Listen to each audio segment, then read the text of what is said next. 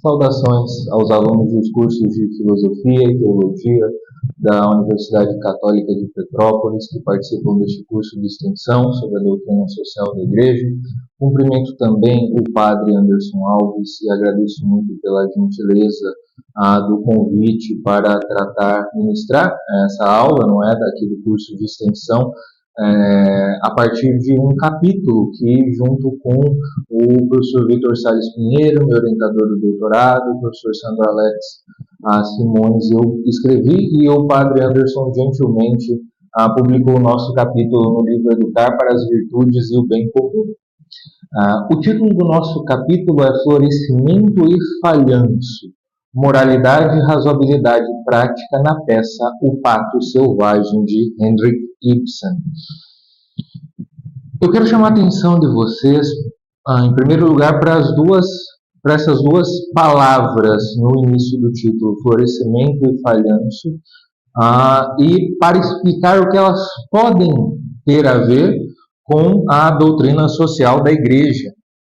E que é importante conhecê-las, porque esse nosso estudo pode lhes ajudar em alguma medida, não é o que eu acredito. Bom, florescimento significa eudaimonia. É a realização humana dentro das possibilidades desta vida, das possibilidades da nossa natureza caída, não é? De que podemos nos realizar ainda nesta vida. Ela tem a ver com abraçar as virtudes dentro da comunidade, ou seja, nas relações com as demais pessoas, não é? O professor Luiz Fernando Barzotto gosta de enfatizar que o termo pessoa já significa relação, e é isso mesmo. Há bens que são comuns, bens para todas as pessoas, em todas as partes, em todos os tempos, e esses são os bens propriamente humanos, que são os princípios da lei natural. São bens que nos realizam, né? Que, quando abraçados de maneira razoável, nos tornam quem somos chamados a ser, quem podemos ser. No fundo, quem somos chamados a ser, nós sabemos, somos chamados por Deus. O falhanço, por outro lado, é uma palavra portuguesa que nós não usamos muito aqui no Brasil, mas que também pode estar no nosso vocabulário, que significa aquele fracasso existencial, aquela coisa que o Manuel Bandeira diz nos versos, não é? A vida inteira que poderia ter sido e que não foi. É o espetáculo triste de uma vida perdida, mal gastada, não por uma pessoa que não tenha feito nada, mas que tenha feito errado, de forma egoísta, desarrazoada, porque, mesmo que sob a justificativa de bens, de encontrar alguns bens ao longo da vida, ela toma uma série de decisões equivocadas que levam ao seu próprio dano e ao dano de outras pessoas próximas. Então, a gente pode tomar a expressão falhanço como um sinônimo desse fracasso existencial. Se o florescimento coincide com o ato de abraçar as virtudes, o falhanço coincide com o ato de abraçar os vícios. Talvez a primeira afirmação que pode guiar aqui o nosso estudo é o mandamento evangélico dado por Nosso Senhor de amar a Deus sobre todas as coisas, claro, mas sobretudo a parte de amar ao próximo como a si mesmo. Isso é interessante, esse vínculo entre o amor ao próximo e o amor a si. Porque este, meus amigos, é o primeiro princípio, o princípio supremo da moralidade dentro da teoria neoclássica da lei natural. E a teoria neoclássica da lei natural é uma perspectiva muito interessante para nós entendermos o bem comum e, portanto, também para nos aproximarmos da doutrina social da Igreja. Eu vou falar um pouquinho dessa teoria, vou contextualizá-la. Bom, a teoria neoclássica da lei natural é uma formulação contemporânea em linguagem próxima da filosofia analítica da tradição da lei natural, sobretudo em Santo Tomás de Aquino. É isso que o Finis faz. É isso que o Germain Guizet faz. O Finis já está aposentado, mas ele foi professor de filosofia do direito na Universidade de Oxford. Lá ele também fez o seu doutorado em filosofia do direito, e o orientador dele foi o Herbert Hart, que é um autor muito importante para a filosofia do direito contemporâneo. É um autor que bebeu na fonte da filosofia analítica, e a filosofia analítica tem uma força muito grande sobre o direito, mas não só, não é sobre a filosofia do direito, mas não só, na Grã-Bretanha, no Reino Unido, de um modo geral, especialmente nas academias inglesa e escocesa, certo? O Finis bebeu dessa fonte. Ele conheceu os autores que são lidos, por exemplo, no primeiro ano de direito, quando a gente ouve falar de filosofia do direito, teoria do Estado, e foram esses os autores que o Finis conheceu. Mas, ao mesmo tempo, Finis estudou os clássicos e estudou mais profundamente a tradição da lei natural. Ele percebeu que o que ele poderia fazer é trazer essa teoria, essa perspectiva da lei natural, numa linguagem e numa forma que pudesse ser compreendida pelos acadêmicos contemporâneos, considerando que a maior parte deles tem vertentes mais diversas que sejam, porém, unidas num aspecto de secularização. Né? O que elas têm de comum, sejam elas de quaisquer ideologias forem, parece que é a secularização. Então, o Finis decidiu resgatar nesse sentido para a academia. É lógico que essa tradição ela não foi rompida, e o Finis cita outros estudiosos da tradição da lei natural também. Mas o que o Finis faz não é partir de uma concepção de quem seja o ser humano primeiro, para pensar a lei natural, pensar os primeiros princípios da razão prática. E ele vai direto para uma análise, ou seja, para uma perspectiva analítica da ação humana. O Finis tem, sim, essa concepção antropológica clássica e católica. Sim, ele a tem. Porém, na obra dele, ele não começa, ele não parte da natureza humana, mas sim da teoria da ação humana, observando a ação humana. E aqui entra uma interpretação que o antecessor do Finis, o Germain Griset, fez do primeiro princípio da razão prática em Santo Tomás de Aquino. Como nós ouvimos o primeiro princípio da razão prática em Santo Tomás de Aquino? O bem, fazer o bem e evitar o mal. A tradução, em linhas gerais, é essa. Eu não conheço o latim, tá? Vou confessar para vocês que o latim não é o meu forte. Mas o que o Griset explica na interpretação dele é que é o seguinte: a fórmula de Santo Tomás de Aquino, esta frase, está no gerúndio. E a correta tradução seria: o bem é para ser feito e o mal é para ser evitado. Quando o primeiro princípio da razão prática é interpretado em analogia com o primeiro princípio da razão teórica, que é o princípio da não contradição, nós temos o seguinte, que o primeiro princípio da razão prática não é um princípio moral em si, mas pré-moral. Ou seja, o princípio moral por excelência, na teoria neoclássica da lei natural, a gente já vai ver uma formulação mais analítica e mais própria da teoria da lei natural. Por ora, nós podemos dizer que é o princípio de amar ao próximo como a si mesmo. Esse princípio é moral. Né? Porque, de fato, há um amor razoável, prudente, ao próximo e a mim mesmo. Certo? Eu estou olhando aqui, não estranho, tá? Porque, digamos que eu tive algumas tentativas para gravar esta aula, numa delas a bateria do microfone descarregou. Então eu peço licença para vocês, isso é ridículo, né? Mas é engraçado. Eu peço licença para vocês para de vez em quando dar uma olhadinha aqui para ver se a luz verde está acesa. Então, o primeiro princípio da razão prática, ele serve para estruturar a ação humana enquanto ação humana. E aqui nós podemos diferenciar os atos do homem da ação humana. Por exemplo, um ato do homem é que o meu coração neste momento esteja batendo e bombeando sangue. Isso é um ato do homem. É algo que eu não controlo. É algo que eu espero que aconteça para eu continuar vivo, não é? Mas que eu não controlo.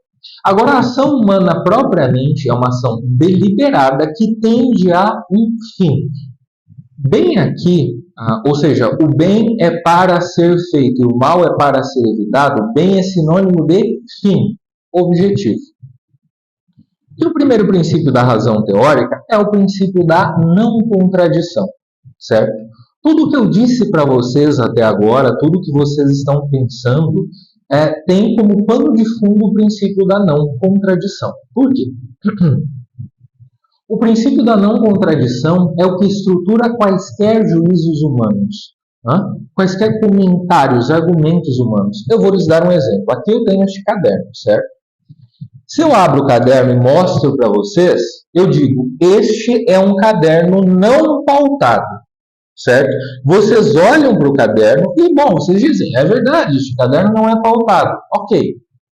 E se eu abro o caderno e digo para vocês, este caderno é pautado, vocês olham e dizem, opa, falso. Este caderno não tem pautas. Pois é, mas as duas frases pressupõem o princípio da não contradição. A segunda frase é uma frase falsa. Por quê? Vocês olharam o caderno e viram que não tem pauta, não tem linha nenhuma aqui, certo? Mas a afirmação é inteligível, não é? Este caderno tem pautas. Vocês entendem o que eu quero dizer? Porque eu me valido do princípio da não contradição. Todas as frases que eu estou lhes dizendo aqui dependem do princípio da não contradição. Isto é a base da nossa comunicação. É a partir daqui que nós depois podemos fazer um juízo avaliativo da falsidade ou veracidade da afirmação, tal como eu fiz aqui com o caderno. Percebe? Então, o primeiro princípio da razão prática tem esse valor para a ação humana. Ele confere uma estrutura inteligível à ação humana. E existem bens, como ensina Santo Tomás de Aquino, tratando da lei natural, e são bens já cognoscíveis, que a razão identifica como bens. Então, nós não fazemos bens nós não realizamos, instanciamos, abraçamos os bens, porque eles podem ou não nos dar alguma satisfação subjetiva, senão que qualquer satisfação subjetiva, a física, emocional, um pouquinho das duas coisas, pode ser uma consequência desses bens. Ou ela pode não vir também. Muitas vezes a gente tem a certeza de que está fazendo a coisa certa e, no entanto, as nossas emoções vão para outro lado. O que conta aqui é que nós sabemos que estamos fazendo a coisa certa. Isto é que é importante. Nós agimos com a nossa inteligência, que ilumina a vontade para fazermos o que precisa ser feito, o bem que precisa ser realizado, embora aquilo nos doa, nos incomode, etc, etc. No entanto, com o tempo, o hábito dessas ações bem realizadas, ele vai se enraizar na nossa personalidade e formar o nosso caráter. Ou seja, esse florescimento humano de que estou falando, ele acontece na ação. Ele acontece quando abraçamos os bens na nossa biografia. Tal como os vícios. Quando nós abraçamos os vícios também na nossa biografia, isso pode nos transformar em canalhas. Aí sim. Vejam, eu não sou nem virtuoso nem canalha de modo pré-determinado, algo que vem antes de mim. Mas eu posso me tornar virtuoso ou posso me tornar canalha. E, na hipótese de eu passar boa parte da vida sendo um canalha, como eu sou humano, eu ainda consigo cair do cavalo e me arrepender. Ainda existe essa possibilidade. E aí eu estou abraçando o bem. Percebe? Então, esse é o florescimento. E quando eu falo de ação, isso aqui é um sinônimo dessa ação humana, de um modo geral, de abraçar esses bens. Ou seja, uma pessoa que está presa a uma cama por um problema de saúde, ela pode encontrar o seu florescimento. Muitas vezes, pelo modo como ela encara essa doença, pelo modo como ela luta contra essa doença, como ela tenta transformar a doença em uma oportunidade de crescer, mesmo que ela não possa sair da cama. E por outro lado, uma pessoa que pode ter uma saúde física muito boa, como o personagem do Ibsen, que a gente vai ver daqui a pouquinho, ele pode ter uma série de ações erradas e não instanciar bem algum, prejudicando, aí é que está, a si mesmo e aos outros. Vejam esse ponto de contato absolutamente fundamental. O amor ao próximo reflete o amor a si, que reflete o amor ao próximo. Essas duas coisas se alimentam o tempo todo.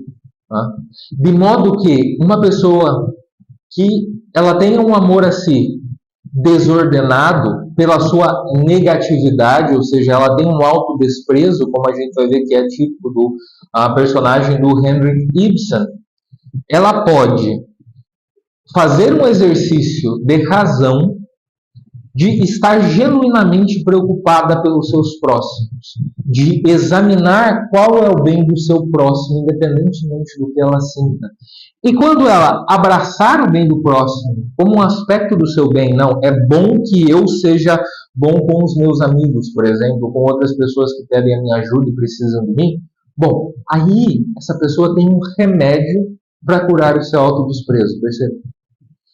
E uma pessoa que, por outro lado, entende quais são os bens para si, que reconhece o seu valor diante de Deus, por exemplo, que ela sabe que ela é capaz de fazer, que ela é boa, que ela sabe que ela é boa em certas coisas, que ela reconhece a razoabilidade dos bens, que ela reconhece como é bom ter uma vida virtuosa, ou seja, que ela é uma pessoa que está em caminho do florescimento. Esse reto amor que ela tem a si vai reverberar no amor ordenado ao próximo. Percebam? Então, esses dois caminhos, o amor ao próximo e o amor a si, eles não são separáveis. Muito pelo contrário. Quando um é deficiente, outro pode ser regenerador para aquele que falta. E é isso que eu preciso que fique muito claro aqui. Por quê? Esses bens humanos comuns, que são bens para todas as pessoas em todos os lugares e que são bens que só podemos abraçar legitimamente quando respeitamos o mandamento de nosso Senhor de amar ao próximo como a nós mesmos, esses bens são comuns. Esses bens são bens para todas as pessoas em todos os lugares, ou seja, nós não podemos escolher atacar outras pessoas, diminuir outras pessoas para abraçarmos esses bens, como tampouco podemos escolher atacar outros bens, porque ainda que nós não possamos instanciá-los nas nossas vidas ou não queiramos instanciar aqueles bens específicos por alguma escolha, eu vou lhes dar um exemplo, o bem do casamento. Se eu, num processo de discernimento, tenho a certeza de que a minha vocação é para o celibato, por exemplo, eu não vou atacar o casamento, muito pelo contrário. Muito pelo contrário. Um dos meus deveres é ver a bondade do casamento. É ver que ele é um bem. E ajudar, eventualmente, aos meus amigos, se eu for um sacerdote, aos meus filhos espirituais, a perceberem como o casamento é uma realização do amor de Deus na vida daquelas pessoas. Ainda que eu não o realize, mas eu reconheço a bondade intrínseca dele. Eu não o ataco e nem impeço as pessoas de abraçarem-no porque ele é bom. Percebam, isto significa ser um bem comum. Um bem para todas as pessoas em todos os lugares. Um bem que realiza a pessoa humana. É razoável, portanto, que o ser humano corra atrás de preparar instituições públicas e privadas que fomentem e preservem esses bens. E é aqui que nós entramos no aspecto mais amplo de filosofia política da doutrina social da Igreja. Percebam que eu parti aqui de uma análise da ação humana individual, concreta, que assim, vocês entendem o que eu quero dizer por individual e concreto. Estou falando de cada pessoa, mas nunca é só aquela pessoa, né? As nossas ações reverberam nas outras pessoas. Sempre, não? E nós partimos disso e chegamos até o bem comum, a realização da comunidade política por meio de instituições que preservem esses bens, que preservem meios que foram tradicionalmente buscados para abraçar esses bens, dentro da razão humana, da prudência, que é o respeito a esse comando evangélico do amor ao próximo, como a si mesmo. Isto aqui, em linhas gerais, é o centro da teoria da lei natural, a teoria neoclássica da lei natural. Percebam que eu parti dessa interpretação do primeiro princípio da razão prática como análogo ao primeiro princípio da razão teorética. E é aqui que nós chegamos. Né? Percebam, o fim da ação, toda ação, para recapitular, toda ação humana inteligível, enquanto a ação humana precisa ter um fim, e os fins que a ação humana busca são os bens humanos básicos para o florescimento humano. É isso que nós sempre buscamos. quer saibamos ou não, ainda que isso não esteja no primeiro plano do nosso pensamento, são esses bens que nós buscamos, e esses bens são os princípios da lei natural. A nossa razão os capta como bons, como válidos de serem buscados. Mas a moralidade ainda não está aí. Isto é pré-moral. A moralidade entra quando nós decidimos de algum modo abraçar esses bens. Nós discernimos.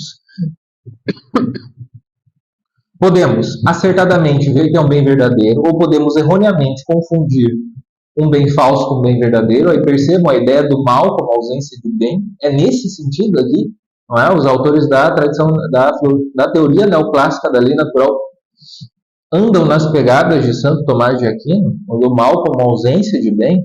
E a gente consegue ver isso também na teoria da ação humana, o mal como ausência de bem. Ou seja, era uma imagem falsa que eu tinha, aquilo não era o bem. Né? Ou era um bem, mas a maneira que eu escolhi para abraçá-lo foi errada. E eu me deixei guiar pelas emoções, eu me deixei guiar por algum problema não resolvido, eu projetei na realidade um discurso que não correspondia às minhas motivações, como a gente vai ver no personagem Gregers Werle. Então, o que acontece? Eu prejudico bem outras pessoas, eu prejudico outras pessoas, eu prejudico o caminho delas para os bens que podem realizá-las. Esse é o sentido do mal moral.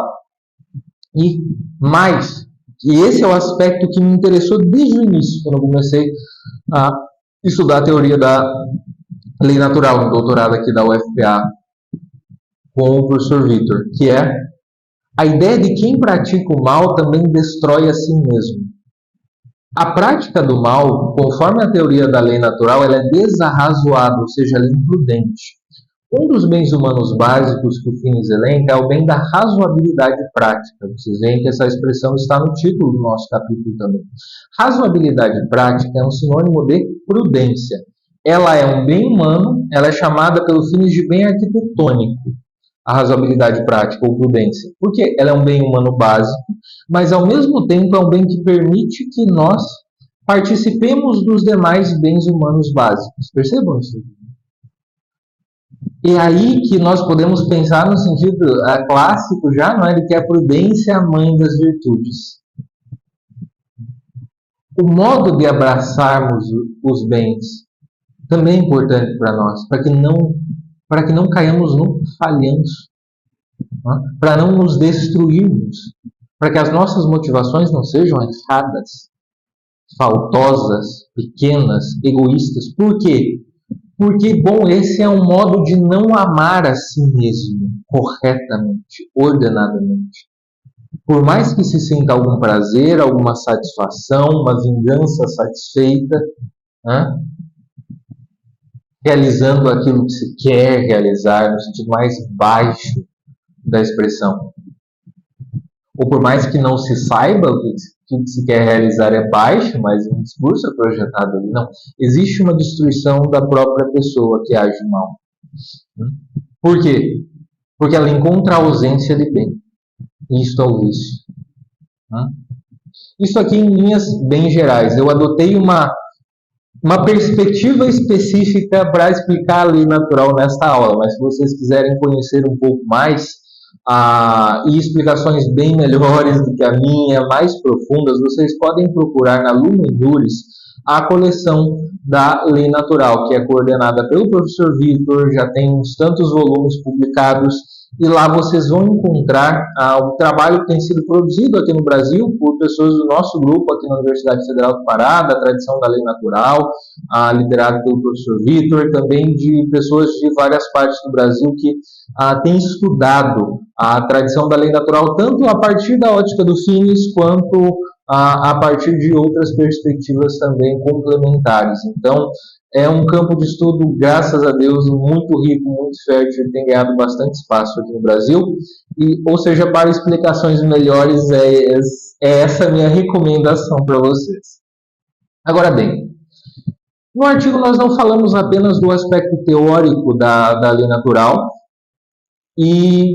senão que nós tomamos esse referencial teórico para que ele nos ajude a compreender eticamente um personagem literário, o personagem Gregor Verli da peça O Pato Selvagem, de Henrik Ibsen. Antes de entrar um pouco nessa análise que nós fizemos no artigo, é preciso fazer uma ressalva importante. Quando a gente faz uma análise ética de uma obra literária, na verdade a gente não está fazendo análise ética da obra literária em si. Nós estamos fazendo uma análise ética das ações do personagem, ou seja, estamos julgando o personagem como se fosse uma pessoa de carne e osso como nós. Por que nós fazemos isso? Porque, bom, a obra de arte é uma imitação da ação humana e, nesse sentido, como ela é limitada também, ela permite com que vejamos aspectos essenciais da vida humana sem tantas distrações ou sem todas as pequenas coisas que nós temos ao longo do dia a dia que às vezes nos impedem de pensar e que só um dia nosso, com tudo que a gente faz, às vezes que a gente respira, às vezes que a gente escova os dentes, encontra alguém, faz coisas mais ou menos burocráticas, enfim, isso já, o conteúdo das nossas pequenas coisas em um dia já seria suficiente para encher um calhamaço de um livro, né? E o romance, a obra literária em geral, ela é concisa e tenta colocar aquilo que é essencial para compreender quem é aquele personagem. E bom, ela só consegue fazer isso, ela só consegue colocar concisamente essas ações mais importantes quando ela é boa, ou seja, quando a obra atinge os seus objetivos. Quando o artista é um mestre no seu ofício, ou seja, um dramaturgo tem que ser um bom dramaturgo. É só quando a obra é boa, enquanto obra de arte, que nós podemos fazer uma análise filosófica mais profunda dos personagens, né? Ou seja, então, fazer uma análise moral da obra de arte em si, partindo do enredo, etc., etc., e condenar ou não a obra enquanto tal, é besteira. Tá? É besteira. Seria como se eu condenasse o padeiro da esquina porque ele não me vendeu um pneu novo para o meu carro. Uma coisa não tem nada a ver com a outra. Né? O exemplo é absurdo, viola até o princípio da não contradição, se a gente pensar de algum modo, quase. Não chega a violar, mas quase. Mas vocês entendem o absurdo? Ou seja, uma obra de arte boa pode permitir com que nós analisemos e compreendamos ações intrinsecamente más. Mas nós podemos compreender isso com profundidade, com uma reflexão mais apurada, mais dedicada, mais detida, só porque a obra de arte é boa. Então aqui, o que eu vou fazer não é uma análise do Pato Selvagem enquanto drama, enquanto uma obra teatral. Esta análise está pressuposta. O que nós vamos fazer é tomar esse personagem tal como ele nos foi dado pelo Henrik Ibsen e pensarmos nele como se fosse uma pessoa igual a nós. Nós não vamos julgar a obra, vamos julgar as ações do personagem como se ele fosse um ser humano real. E é aí, sim, é que é possível, por exemplo, fazer uma análise ética de uma obra literária. Essa é a possibilidade. Porque nós aportamos um referencial teórico, filosófico, uma perspectiva de quem é o ser humano, uma perspectiva do que seja a ação humana, em primeiro lugar, não é como nós estamos vendo aqui na teoria neoclássica da lei natural, e nós vamos examinar as motivações do personagem. Nós não vamos reduzir a obra, nós não vamos dizer que a obra deve ser modificada, mas vamos analisar as ações a partir desse outro referencial teórico. Um referencial teórico que aí sim uma obra de arte não pode dar. Por quê? Porque não é o fim dela. Percebe? É preciso fazer esta aclaração em tempos em que alguns condenam um suposto conteúdo moral em enredos de obra de arte, enquanto que outros se pautam somente no enredo para tentar fazer algum tipo de formação ética ou moral. As duas coisas pecam por excessos diferentes, por não fazer o devido discernimento do que é uma obra de arte. E é só fazendo esse discernimento que a gente consegue dar esse salto e conseguir aí sim ter essa contribuição ética para a nossa vida da obra de arte. Bem, O personagem principal da peça O Pato Selvagem do Henrik Ibsen, no Gregers Werle, eu vou falar sucintamente da peça, vou dar ênfase na análise para que vocês possam ler a peça, que eu recomendo muito. Ela é curta, tem uma reprodução no YouTube em espanhol também, eu recomendo demais, eu gosto muito dessa reprodução. Ela foi adaptada pela televisão espanhola no meio do século passado, muito boa. Tem uma aula do professor José Munir Nasser nas expedições pelo mundo da cultura, também disponível no YouTube, sobre essa peça. Aliás, foi graças à aula do professor Munir Nasser que eu conheci a peça. Então, eu recomendo que vocês façam isso. No artigo, eu também nós apresentamos uma análise um pouco maior do enredo, um comentário um pouco maior do enredo, até para contextualizar. Então, esta aula vai ser esta aula e o artigo se complementam mutuamente. A ideia é de que os dois conversem, certo? O Gregers Werle é um personagem movido pela culpa. Pela culpa, pela raiva. O que é a culpa? O que é o sentimento de culpa? Sinônimo de remorso.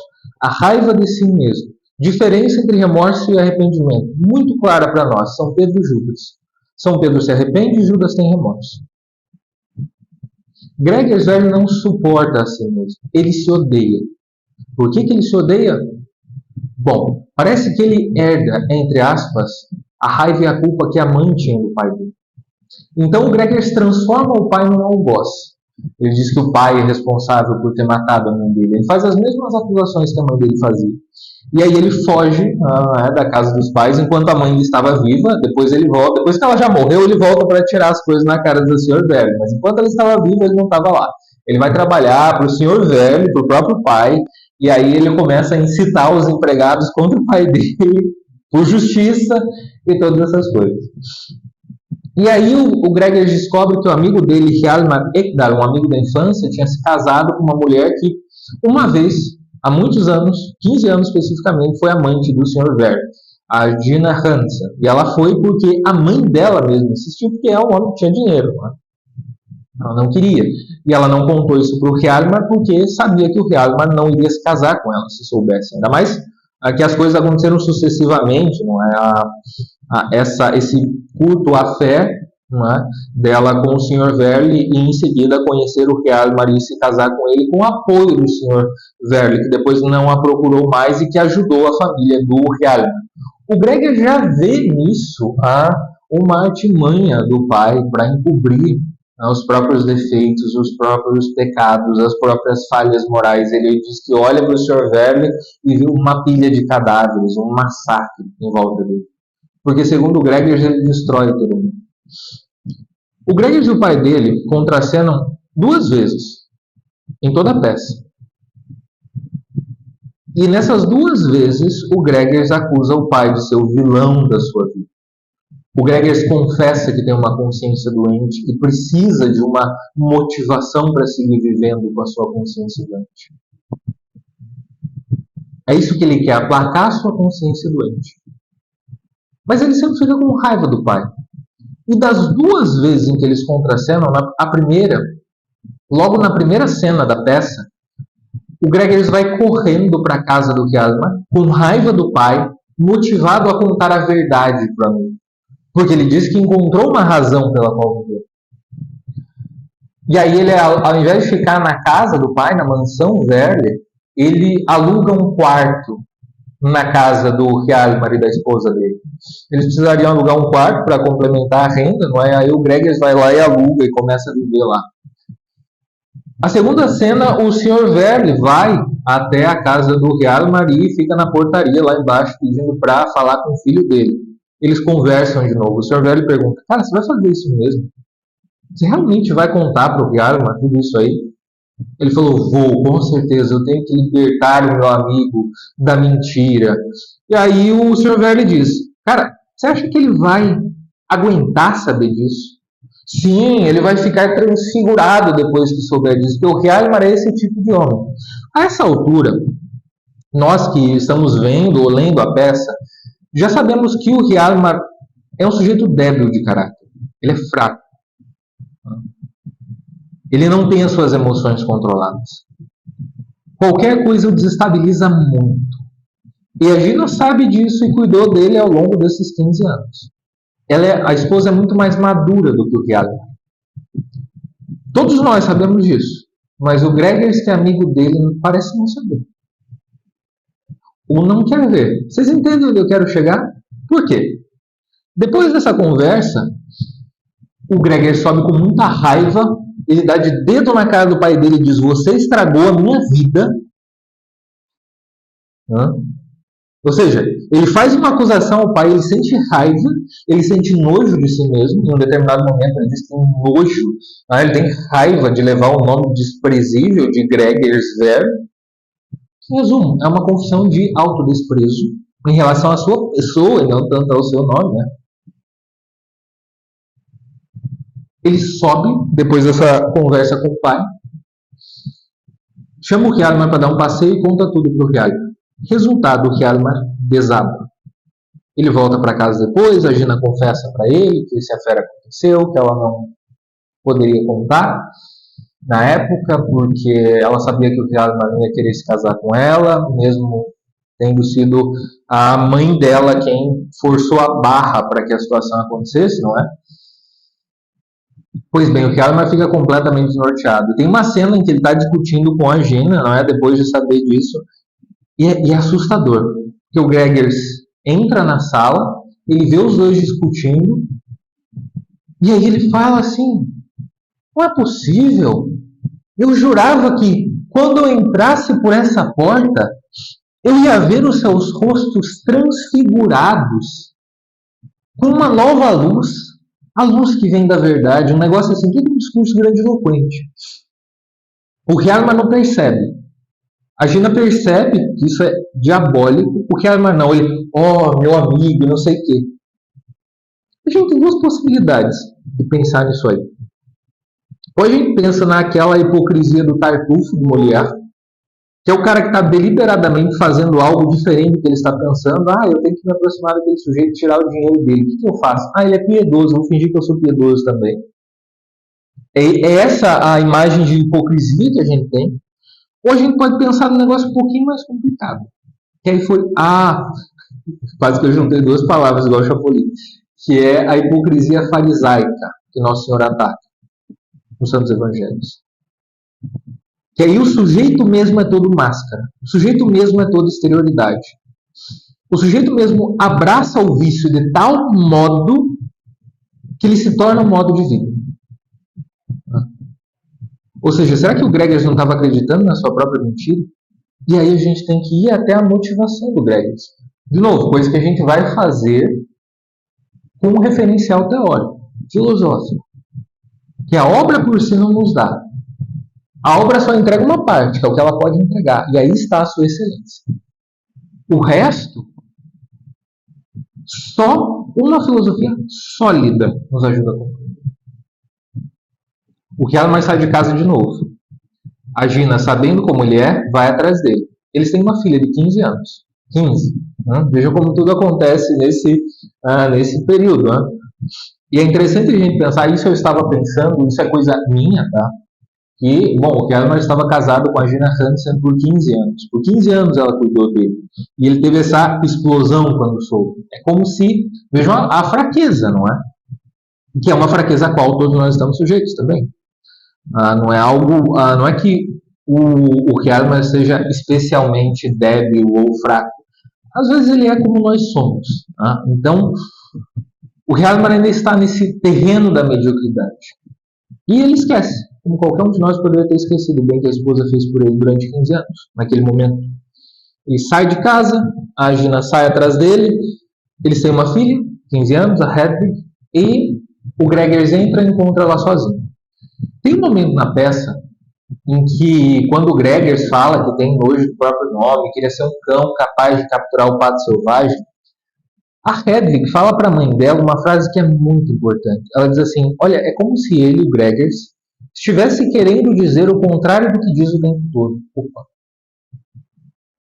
Por que é importante? Porque o Gregers, para fazer com que ela recupere a atenção do pai, o amor do pai, que o pai volte a querer ficar em casa e tudo mais, isso tudo acontece em poucas horas. Né? ela devia sacrificar aquilo que ela mais ama. Né? E eles tinham no sótão, na família do Hjalmar, eles tinham lá uma espécie de bosque que eles montaram para o pai dele brincar de caçar. E dentre as aves que estavam lá, tinha alguns coelhos também, algumas aves diferentes, e um pato selvagem. Esse pato tinha sido capturado, o Sr. Verle tinha atirado nele, ele caiu na água, foi para o fundo, só se feriu, não morreu, foi para o fundo, e a metáfora da peça é que o pato selvagem, ele vai para o fundo do lago onde ele está e se prende pelo bico ao lodo que está lá no fundo. Qualquer coisa que ele encontra, qualquer porcaria que está no fundo, até ele entender que o perigo passou. Aí ele volta para a superfície. Então, esses patos eram caçados com cães. Por quê? Porque a partir do momento em que ele vai para o fundo, seja porque foi alvejado, ou seja porque percebeu o perigo antes, o cão mergulha e pega o pato pela boca de trás. Quem tinha caçado esse pato que estava lá era o Sr. Verle, e era o cachorro dele que tinha resgatado o pato selvagem. E aí ele tinha dado para o pai do Hjalmar, e o pai do Hjalmar o levou para casa, e como o bichinho estava ferido, a Hedwig teve pena dele, começou a cuidar dele e tal, e pegou carinho pelo bichinho. Né? E aí, o Gregers, que nunca se sacrificou por ninguém, diz para Hedwig que ela poderia pensar em sacrificar o pato selvagem, pelo amor do pai.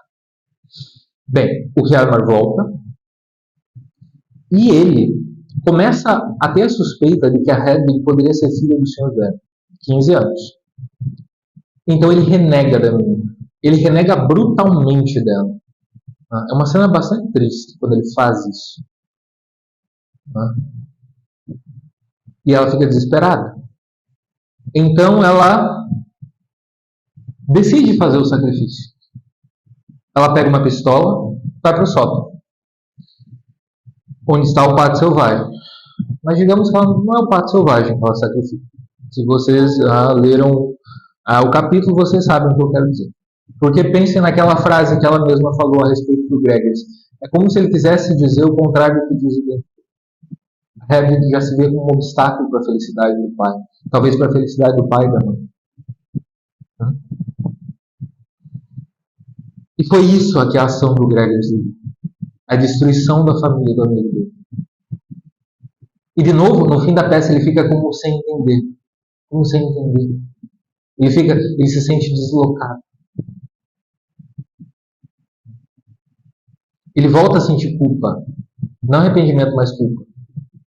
Por quê? Porque a sua intenção era boa. Vejam como, sob a fantasia, sob a falsa justificativa de querer a justiça, de querer a verdade, ele destruiu a vida do amigo dele. Por quê? Porque em nenhum momento ele olhou para o amigo dele. Percebam. Nós podemos adotar discursos exteriores, palavras, até mesmo de virtude, como meros discursos. Quando a nossa motivação interior, na verdade, é outra. É uma desordem, um vazio mal resolvido. E vejam aqui, de novo, a proximidade entre o amor a si e o amor ao próximo. O Gregers Werle realiza, na verdade, a inversão demoníaca disso aí, que outro personagem da literatura, o Marquês de Bradomín, personagem do escritor espanhol Valle Inclán, diz que é desprezar os demais e não amar a si mesmo. É isso que o Gregers faz. Ele não consegue amar a si mesmo. Mas, ao mesmo tempo, ele não faz sequer o esforço de olhar para o amigo. Porque o que, em tese, seria a saída, o que ele busca fora de si mesmo, que é só uma anulação, o que ele busca é, de novo, aplacar sua consciência doente, é encontrar alguma vingança contra os atos do pai. Isso não é justiça. Vejam que, ao se destruir, o Gregers destrói a vida de uma outra família, que essas duas destruições elas não são separadas. Mesmo que o Gregers não seja membro daquela família.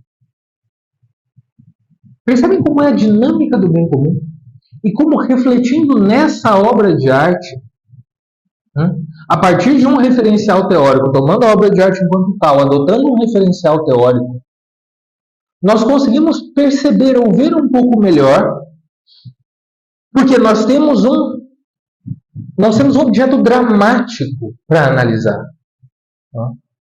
Que é esse episódio na vida do Gregers Werle, do Hjalmar Ekdal, que nos foi contado pelo Henrik Ibsen. Nós conseguimos ver nessas vidas concretas como o autodesprezo busca não só a própria destruição, de quem despreza a si mesmo, como também acaba por destruir os demais. E vocês entendem como isso é oposto ao bem comum? Como isso é uma ausência de bem? Uma sociedade formada, por exemplo, por pessoas como Gregers, que sequer tenham consciência de que as suas reivindicações ou lutas, na verdade, são uma tentativa de preencher um vazio, elas não sabem o que fazem. Elas não contribuem para o bem comum. E as instituições humanas são reflexos das pessoas que as formam ou reformam. No caso, deformam às vezes. Né? Agora, vocês imaginem instituições humanas que são criações da razão para proteger e fomentar o bem comum, em padrões que cada sociedade entendeu como razoáveis ali. Ou seja, bom para o bem do conhecimento, por exemplo. O que é razoável? Escola, universidade.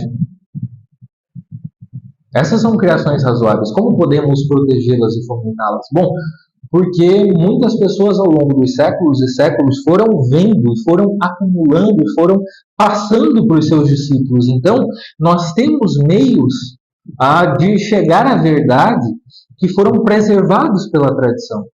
Os meus netos não precisam necessariamente repetir o mesmo caminho que eu em todos os aspectos das suas vidas. Mas eles podem encontrar instituições que façam a intermediação desses bens. Agora, isso é pensando no bem comum, no bem do próximo, também é o meu bem. E se eu me dedico a estudar e a compartilhar com as outras pessoas aquilo que eu aprendi, eu estou me realizando, estou ajudando as outras pessoas a se realizarem enquanto eu me realizo. Está tudo junto, vocês conseguem perceber? Quando é o contrário, como com Gregers, o que nós temos é uma ausência, uma solidão tremenda. Instituições autodestrutivas como pessoas autodestrutivas que a formam. Isso é o contrário do bem comum. Isso é o contrário de amar ao próximo como a si mesmo. Isso é o contrário, portanto, da doutrina social da igreja. É isso que eu quero que vocês reflitam. Sempre pensar, talvez, é algo que ajuda. Pensando em filosofia política, pensando nas instituições humanas, eu como me formei em Direito, fiz mestrado em Direito, eu sempre me deparei com essa perspectiva, às vezes abstrata demais das instituições. E eu sempre gostei de equilibrar isso, até pelo meu amor pela literatura, com exemplos mais dramáticos e específicos. Claro, sempre lutando para perceber o limite de uma coisa e outra, lutando para perceber como as duas coisas podem se ajudar, se comunicar, os dois aspectos. Ou como, no caso do bem comum, já estão comunicados, já são assim essencialmente. E eu acho que a teoria da lei natural nos ajuda a pensar assim nas instituições humanas, a pensar nas instituições humanas a partir da ação humana. E pensar no bem comum para a pessoa humana como um todo, em todas as suas dimensões. E é isso que quer e almeja a doutrina social. Bem, meus amigos, caros alunos, muito obrigado. Obrigado mais uma vez, Padre Anderson, pelo convite. Se vocês tiverem alguma dúvida, algum comentário, o Padre Anderson tem o meu contato, vocês podem ir atrás, pegar com ele eventualmente. Eu fico à disposição de vocês, à disposição para qualquer esclarecimento. E mais uma vez, muito obrigado. Obrigado pela atenção e obrigado pelo convite.